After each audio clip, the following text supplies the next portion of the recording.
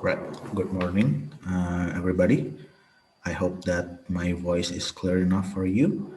Okay, in this recording, welcome to the first meeting of Theory of Drama and Poetry class.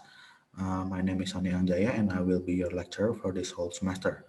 I hope that we can cooperate with one another, okay, during this whole semester, and I hope that you can gain, yeah, a new knowledge, okay, by attending this class. Actually, this is the first time, okay, that I made this kind of video. Okay, so perhaps there is a lot of, interjection such as okay, during this video. I'm sorry for that before, okay, but I hope that this video could help you, okay, to uh, learn better, okay, rather than I have to explain things, okay, in real time. Perhaps it is inconvenient, okay, for those of you who have a difficulty in terms of signal. Okay, so I decided that, okay, I will try to make this kind of video, okay, to help you. Okay, mm, I don't know whether I would make this video in every meeting, okay, but I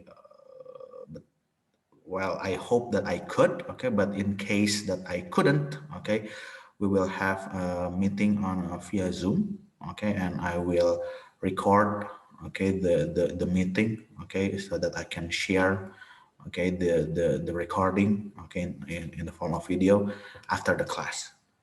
Okay, so yeah, I hope that you can understand, okay, because I don't know what will happen in the future, right? Okay, so yeah. So now I will share my screen. I hope that you can see the presentation that I have prepared for you. So, right, today's topic, the title is Drama, a Very Brief Origin. Right, so I have in Google Classroom, right, I have given you the uh, the syllabus. I hope that you have read it. Okay, and now I will explain a bit. Okay, about this class, about some rules perhaps that you have to pay attention, and some of the basic things. Okay, that you can learn maybe from this class. Okay, and perhaps some comparison. Okay, with the previous class, and also yeah, some introduction perhaps to theater, to play, to drama in general. Okay, so without further ado, let's begin. Okay, so how is this class, the ODP class, different or the same with theory of prose? Well, the answer is simple. Okay, in theory of prose, you learn about prose, right? You basically the literary works that you analyze. Okay, is or was a short story, right? Okay, but of course in TODP it is different. You will the literary work that you will analyze is in term is drama and also poetry. Okay, so that's the main difference, of course. But there's also similarities, which is most of the theory that you learn in theory of prose would still be useful here, okay, especially when we analyze play or drama later on, okay, but of course there are also some differences, okay, so but we will talk about that further next week, okay, so but in general it is more or less the same, okay. There when if you have learned about character, okay, or you have learned about conflict, okay, or things like that in the TLP, okay, it will still be useful for you, okay, here. Okay. Yeah, I think that's it. Okay. The difference, and also this class will be divided into two parts. Okay. The first part before the UTS, we will talk about, or we will analyze, okay, mostly, not mostly, drama. Okay. And after the midterm or after the UTS, okay, we will analyze poetry. And also we will learn new theory in regards of poetry. Okay, so yeah, I hope that you are able to learn something new, and also yeah, in the process, I hope that you can also enjoy, okay, this class somehow. I don't know. Okay, yeah. Anyway, my expectations from you is basically simple.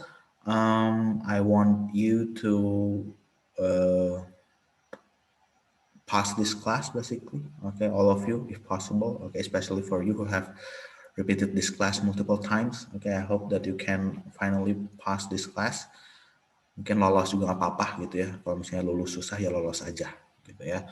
Terus ekspektasi saya lagi ya, I hope that by the end of the class you are able to appreciate, okay, both drama, okay, and also poetry as literary works, okay. That, and I hope that in the process again, okay, I cannot highlight this enough, that you can enjoy it, okay, because essentially, okay, literary works is created, okay, to expand your knowledge and also to be able to be enjoyed, okay, by those who read it. Okay, that's my hope. Okay, I hope that yeah, we can fulfill, okay, that purpose or that goal. And also maybe I hope that you can cooperate, okay, well, okay, with your teammates, because later on, okay, you will have group work. Okay, so I hope that you can work well, okay, in group, and also I hope you are able to, you know, do all the assignments that I gave you. Also, if you have any questions, okay, after you watch this kind of video, okay, things that you don't understand, please ask me. Okay, don't hesitate, because that's what my role here, okay, as your lecturer, okay, so that you can discuss things with me or ask things, okay, if you don't understand. Okay, so yeah. And the last one, because of the online learning during this pandemic, okay, uh, during the class, if we have Zoom meeting, I hope that I hope that you are responsive, okay, during the lesson. By responsive, I mean when I ask you something, okay, please respond. Okay, if not, okay, then I would feel that I talk to a wall. Okay, so please give respond. Let's say if I ask any questions, okay, yeah, even if you don't have questions, okay, just reply, okay, no, no, sir. Okay, as simple as that. Okay, and also during this pandemic class, online class, your independence, okay, is being tested as students. Okay, so I will give you, of course, a lot of, okay, materials to read. Okay, if and I hope that you do read it. Okay, but if you don't, then it will hinder the lessons in a way. Okay, so yeah, please take initiative. Okay, be independent learner. Okay, when I ask you to read things, okay, please read it. Okay, because yeah, it's essential, okay, for your understanding. Okay, in the end, okay, it will also be essential, okay, for your exam, okay, later on. So yeah, that's my hope. Okay, so let's get to the meat, okay, of this meeting. So what is drama, play, or theater? So I'm sure that all of you, if not most of you, okay, have watched drama before, right? Okay, by drama, I don't mean like on stage. Okay, perhaps some of you have watched, okay, on stage, okay, but unfortunately because of the pandemic, okay, perhaps you cannot watch, okay, our annual play, okay, and that's unfortunate. I hope we can do that, okay, in the future. I hope you can do that in the future. And for batch 2019, I don't know, okay, I don't know whether this year you could perform in a play or not, okay, during your fifth semester, but yeah, yeah, just hope for the best.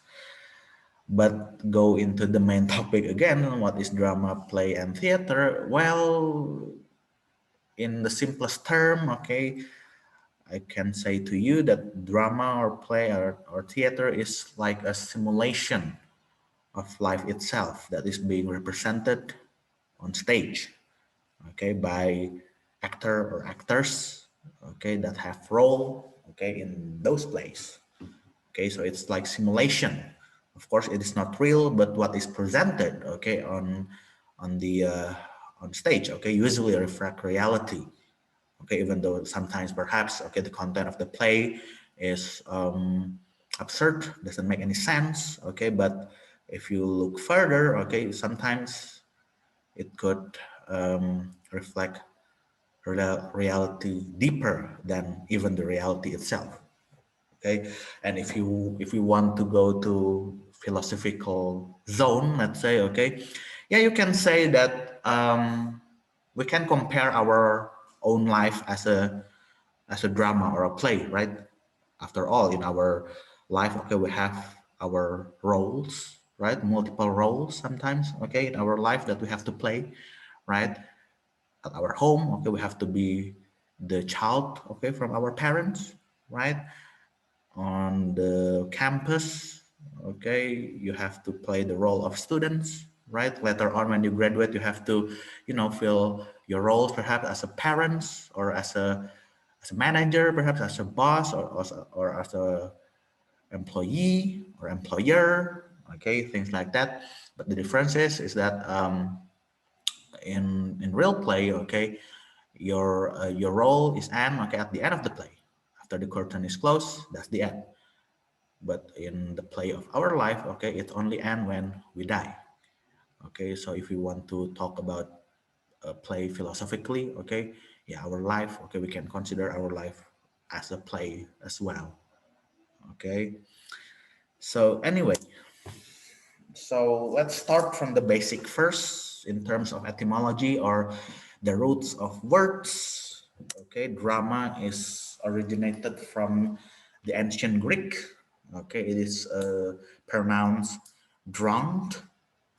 Okay, which means to act, to take action, to achieve, which you know suitable, okay, for what play is, right? After all, when an actor, okay, um, uh, perform, okay, on stage, okay, they have to act, right, to take action, right? That's what the roots of the word drama is, okay, from the ancient Greek.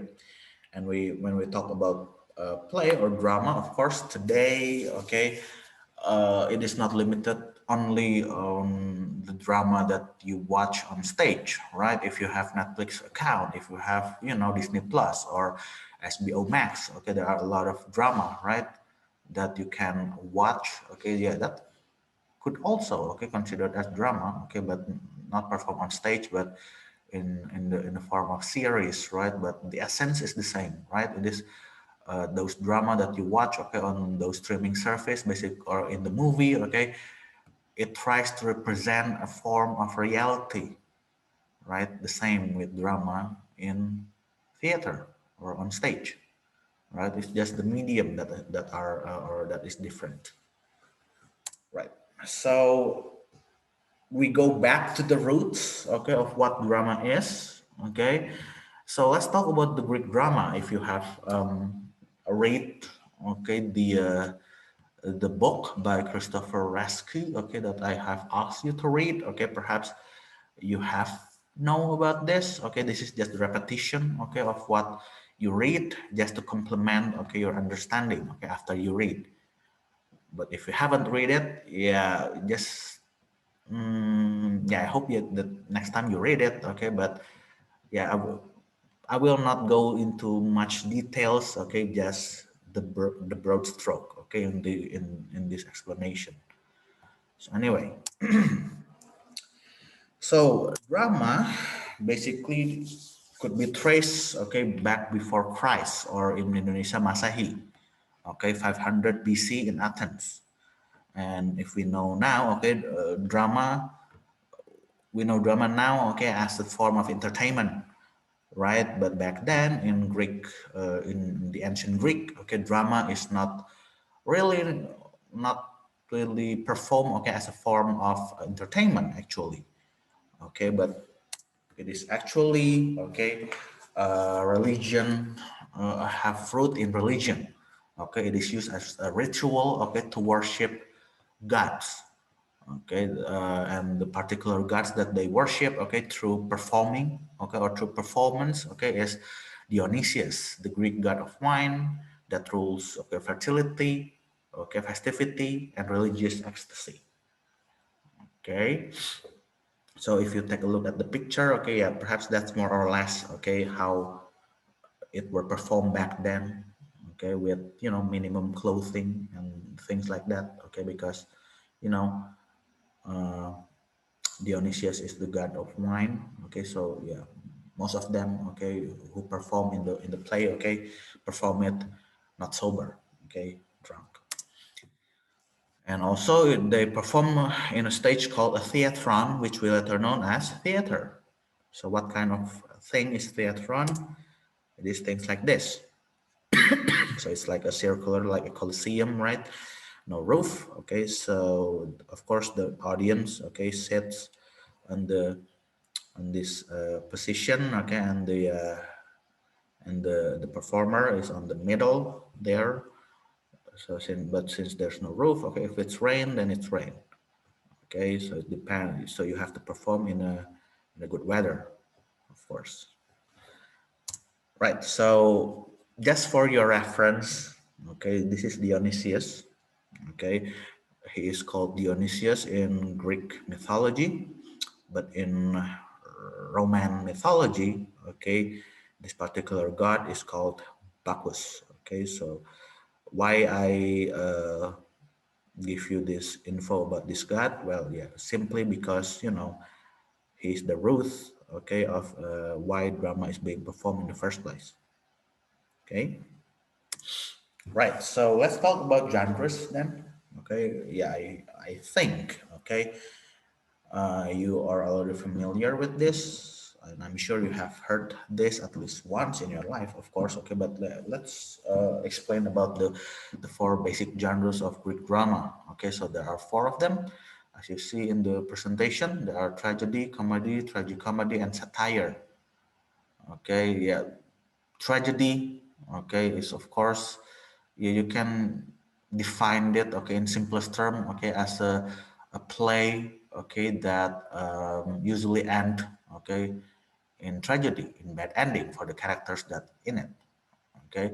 Well, comedy, okay, now maybe today we associate comedy with funny things, with jokes, right, stand-up comedy and things like that, okay. But back then comedy is actually, not, there are, funny element, okay, or humorous element, okay, in it, of course, okay. But back then comedy is, in its origin, okay, it is used mainly to, to actually criticize, okay, the uh, the upper class society or the government, okay. And tragicomedy is the combination of both, okay. And satire, okay, is similar with comedy in a sense, okay, but it is different. If comedy is a form of criticism against the upper class society, satire is a form of comedy, okay, where the satire, okay, the character satire makes fun of the character, okay, in the play, in the main play, because satire is like a play within a play, okay, that usually, okay, being performed during the break, okay, of of each act, okay, right. So let's go further into it, okay. So basically, tragedy usually tackles big theme, big universal themes such as love, loss, pride, and interaction between man and man, as well as man and gods. Still, the root of using performance or using theater, okay, as as a form of ritual to worship God, still still present, okay, here. And usually the protagonist is usually coming from the upper class, okay, society, such as heroes, nobles, okay, with tragic flaw. Okay, the tragic flaw is called hamartia, okay, that lead to his or her downfall. But usually, okay, back then, the the character, okay, is usually all performed by man, okay, the actor. So basically, yeah, the story of tragedy is usually depicting, okay, the downfall, okay, of the main character because of the flaw that he or she got. And the purpose of it, so that the audience who watch, okay, those the tragedy, okay, will have cathartic experience. What does that mean? It means that when the when you watch, okay, the actors, okay, something bad happened to the actors, okay, because of his or her flaw, hopefully the audience could learn something, okay, from that play, so that they won't repeat the same mistake that the character in the play did, okay, in their life. Basically, it's like basically like the moral message, let's say, okay, from the play. Okay, so that is called catharsis. Okay, learning something, okay, through the witnessing of the suffering from the characters in the play. Okay, right. The second one is comedy. So yeah, like I mentioned before, the main purpose of the play is not really about to make people laugh. Okay, no, but it is to mock people in power. Okay, so used as a form of criticism and using ordinary people as characters. So of course, because back then, if you criticize government, okay, the not like now, okay, you can just say whatever you want and perhaps you can get away with it without any consequences, right? Back then, if you criticize, upper class, the noble, or perhaps the the uh, the government, the power of government, okay, you will get punished, and sometimes it is punished by death. Okay, so how to criticize something, okay, but without having to suffer the consequences, okay, through performance, treat it as a joke, okay, as a criticism in the form of performance, so that you can criticize things, okay, you can criticize those people, but you can the one who criticized could make disclaimer that all of it are just fiction. Okay, so you don't deliver your criticism directly, okay, to that institution or that particular person, basically. So that's how, okay, it is done, okay, in order to give criticism, okay, through performance or play. And of course, in order to so that the one who being criticized, okay, is not really offended, okay, there are a lot of humor, okay, in it, okay, in the comedy, so that the one who is being criticized is not feel offended, okay, by the message or by the criticism, okay, of the comedy itself. The next is satire or satire. If you see this picture, satire is or satyr is a mythological creature, half man, half goat. Okay, that is believed to be exist, of course, in ancient Greek back then. Okay, so actually, this creature in a myth in the Greek mythology, they usually have role in you know mocking, okay, or do mischievous things, okay, to man, okay, or even to gods, okay. But in terms of performance or play, okay, a satire is, like I said, okay, it's a short play performed between act of a tragedy play, usually. If you still remember, okay, what you learn in SIL, okay, it is more or less similar with interlude.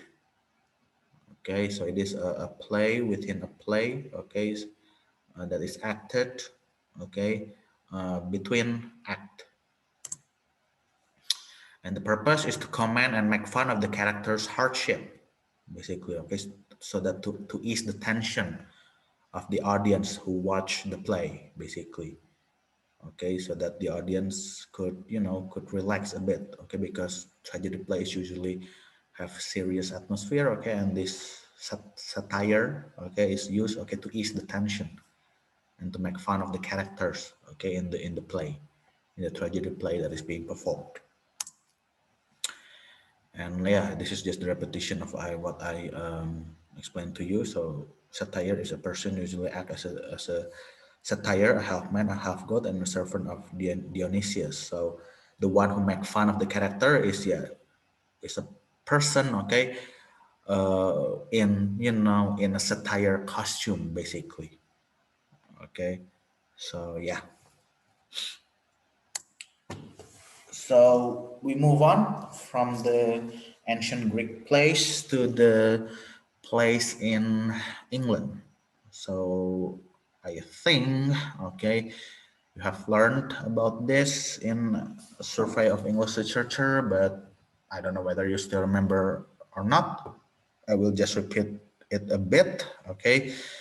So miracle play is a play that, use this kind of, mobile stage, okay, back then. And the content of the play is, of course, if you still remember, is Bible stories, okay, because back then not all people could actually read Bible, okay. And the church, okay, decided that for those people, okay, usually the working or the lower class, for those people, in order for them, okay, to be able to understand the content of the Bible, okay, they perform it, okay, usually in front of the church, okay, by, by using this mobile stage, okay.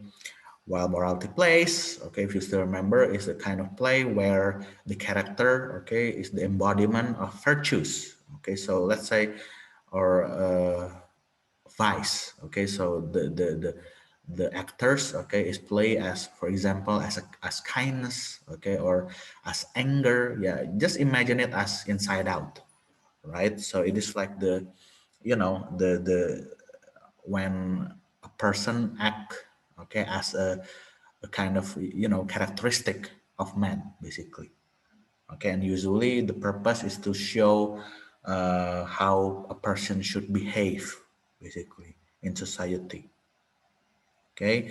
So yeah, again, like in Greek play, okay, here it is show how uh, play or theater is essentially in its root, okay, used not for entertainment at all, okay, but rather for, for religious purpose, right? Yeah.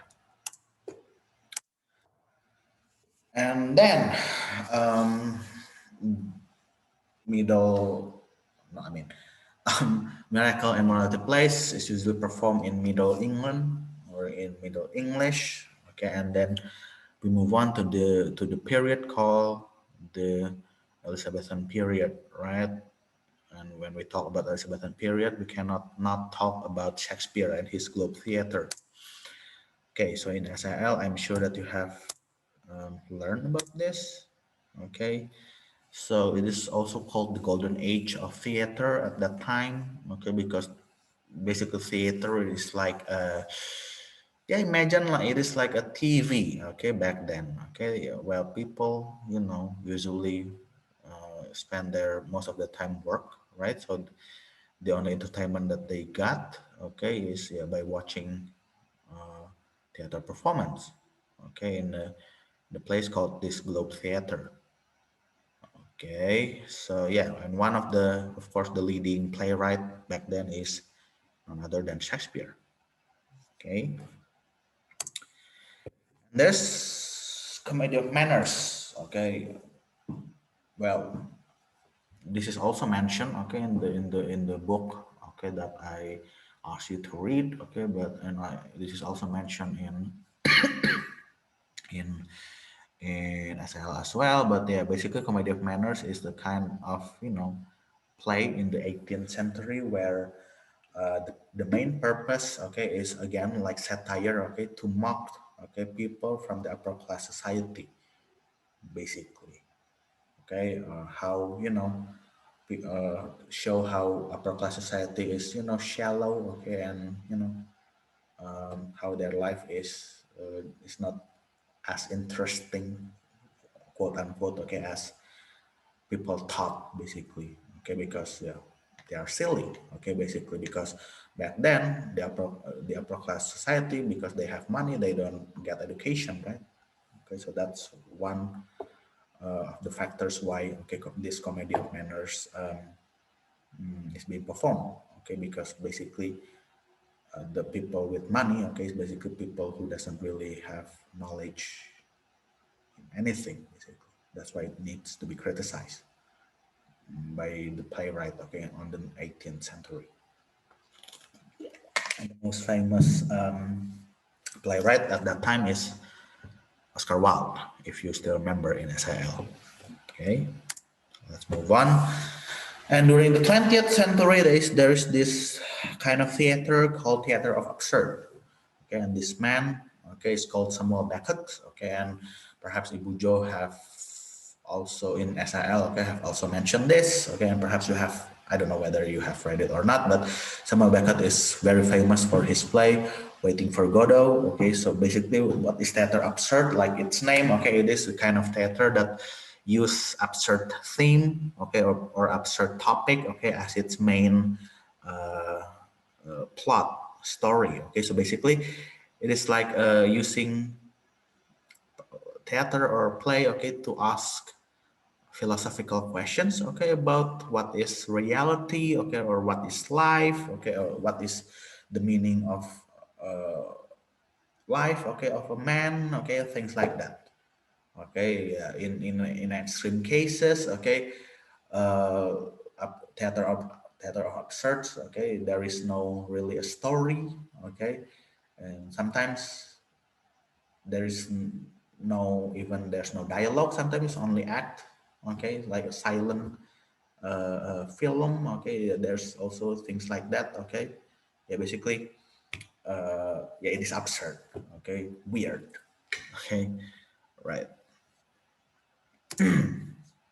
And as time goes, okay, like I said before, okay, drama is mainly used, okay, as a religious ritual, right, and then it's developed, okay, as a form of criticism, right. But then, okay, during the 20th until 21st century, okay, it becomes a form of entertainment as well. If you take a look at the picture here, okay, well, this is an example of musical play or musical drama. I don't know whether you watch or not, okay, but our department, okay, about 2 years ago, if I'm not mistaken, okay, also perform, okay, musical Mamma Mia, right? I don't know whether you watch it or not, okay, but yeah, that's one of the example, okay, of a play, okay, not as a form of criticism, not as a tool for religious ritual, okay, but as a pure entertainment. And I also provide the videos, right? Okay, in the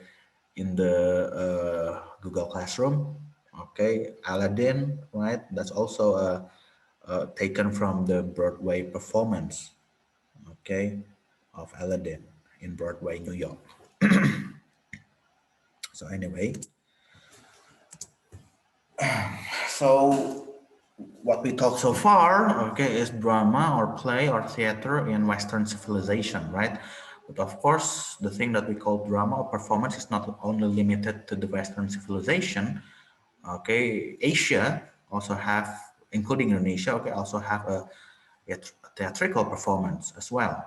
Okay, for example, this one is called Sanskrit play. Okay, the same with Greek play. Okay, it is also a kind of performance, drama performance. Okay, that is performed based on Hindu religion story, basically. Okay, and there's a Chinese theater or opera mask. Okay, this is usually this is performed uh,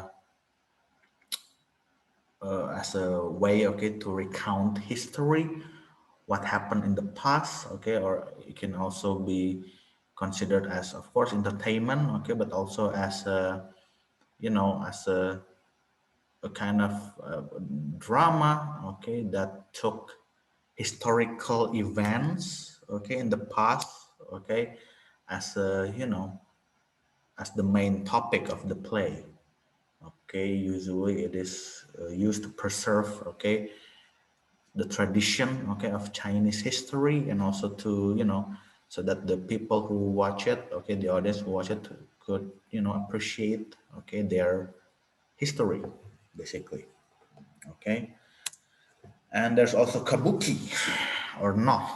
Okay, this is from Japan, and it is usually, okay, yeah, the people who perform in it, okay, is usually use that kind of thick makeup, okay, and usually they perform folklore, okay, about the legend of Japanese legend. And other than folklore, they also, perform a samurai story sometimes, okay, and again, okay, about historical figure as well, the same as Chinese theater, okay. And in Indonesia, of course, we have wayang orang, right? And also it is quite similar with Sanskrit play, right? Because yeah, we our culture is deeply rooted from India, right? Indian culture, right? Hindu Buddha, right? Back then, so that's why it is kind of similar in one way or another. Okay, right. So let's talk about the drama's main components. Okay, so if in prose, okay, all you see is, a passage, okay, and narration or description, okay, that tells the story. Okay, of course, in drama it is a little bit different. Okay, so unlike in prose, in drama script, you will generally find two things. The first one is dialogues. Okay, usually the name of the character and then the dialogue, okay, that the character said. And the second one is stage direction. Okay, stage direction is basically the direction, okay, that given, okay, so that the actors could do things, okay, not in form of dialogue, but in the form of action. Okay, it's hard, okay, if you haven't read any, any script, okay, it's hard to describe it. That's why I will give you an example. Okay, so this is the example. If you don't know Lady Montague, Lord Montague, it is taken from Shakespeare's Romeo and Juliet. Okay, so if you see here, this is the name of the character. Okay, and this is the description, okay, of the setting on stage, okay, this one, and the one in dalam kurung on brackets, okay, that is what we call the stage direction. Okay, so the one without bracket, that's the dialogue. The one in bracket is stage direction. Okay, it is not something to be said, okay, but something that to be acted upon, okay, in drama script. Okay, I hope you understand. So we will move on. So what is it that you have to pay attention, okay, when later on, okay, when you read a drama script, okay, well, more or less the same with prose actually, okay. So yeah, who's there? I mean, who's on the script? It means that you have to pay attention to the characters. Also, where are they? Okay, you have to pay attention to the description of the stage. Okay, where are they? Sometimes it is not implicit, not explicit, but implicit. And what time of day or years is it? Okay, setting of time, setting of place. Okay, pay attention to that because sometimes the setting, okay, is important in the context of the play so that you could understand the play more. Okay, and what are the characters doing on stage, their action, and also what are they doing off stage. Okay, so also sometimes matter.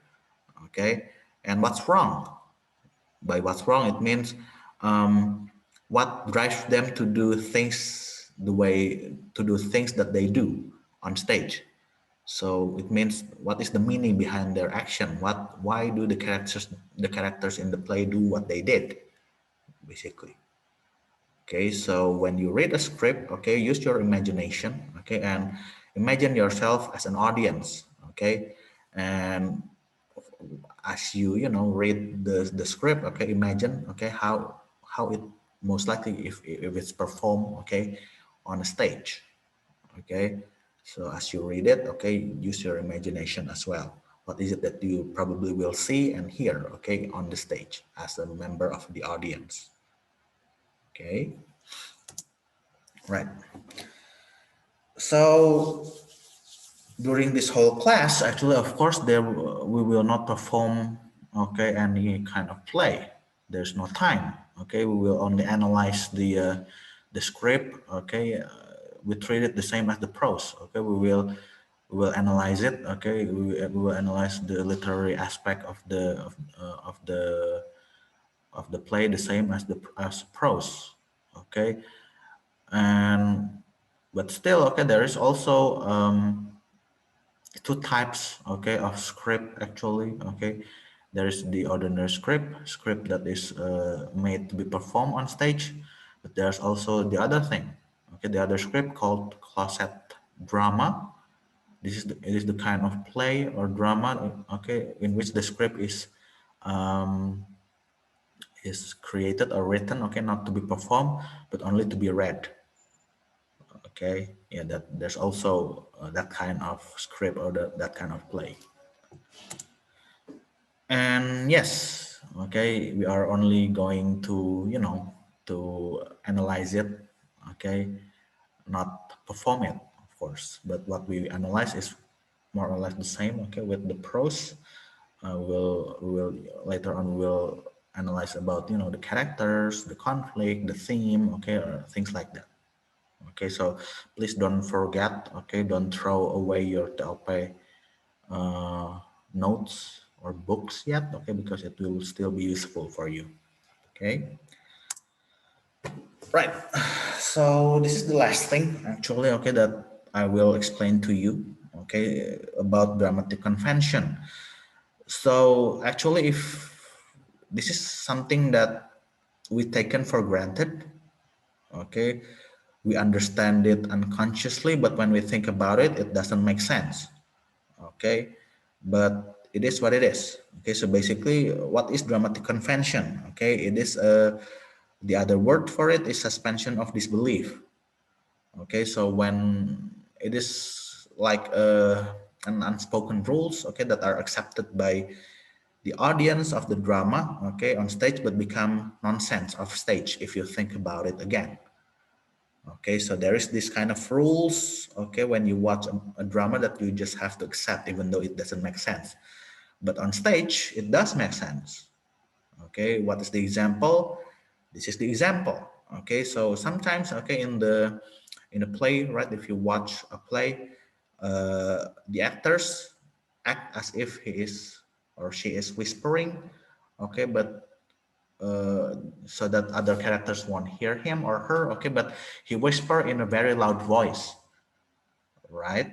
Okay, so that's dramatic convention, right? Because the other characters would pretend, okay, that they didn't hear, okay, the whisper, okay, because all the dialogue after all is intended for the audience, right? So a whisper, okay, in a play is usually not really a whisper, okay, yeah, but basically not just another dialogue, okay, have to be said in a loud voice, but we just unconsciously accept it, right, and just treat it again, okay, like a whisper, even though it is being performed or being said out loud, right?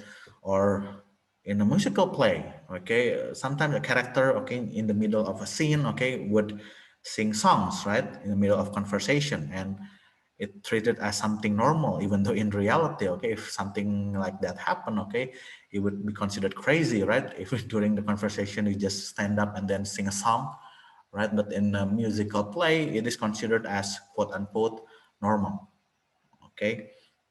And the time flows move differently on stage. What does it mean? It means that, okay, a play is usually, the duration, okay, is let's say 2 hours, okay? But on stage, okay, times could move differently, right? Sometimes, okay, let's say the play begin, okay, when the characters, okay, is on the childhood, okay, and then after 2 hours later, okay, the play end up, okay, when the protagonist, let's say, end up as an old man, let's say. Of course, it doesn't make sense, right, if we think about it, okay, but yeah, time moves differently, okay, on stage, okay, and we unconsciously accept it, okay, even though, let's say, the child, okay, is being performed by other actor, right, with the older version of that character, but we just accept it even though it is played by different characters or different actors, right? That's dramatic convention, basically rules that we just accept, okay, as a part of the rules of the theater, even though it doesn't make sense in when it applied to reality. Okay, right, so I think that's it. Okay, I think that's long enough. Okay, I hope that the the video, this recording is not that long. Okay, for you.